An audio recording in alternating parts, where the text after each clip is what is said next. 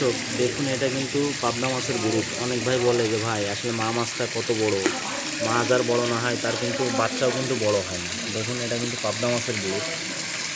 এটা আপনার 8 থেকে 10 কেজি, 8 থেকে 10 কেজি এটা কিন্তু পাবদা মাছের গ্রুপ।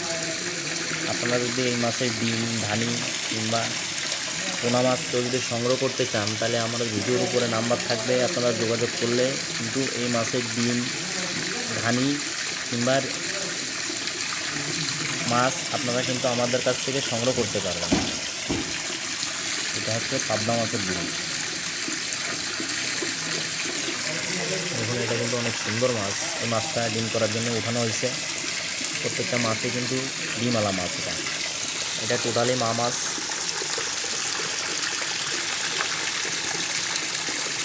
7 থেকে 8 কেজি।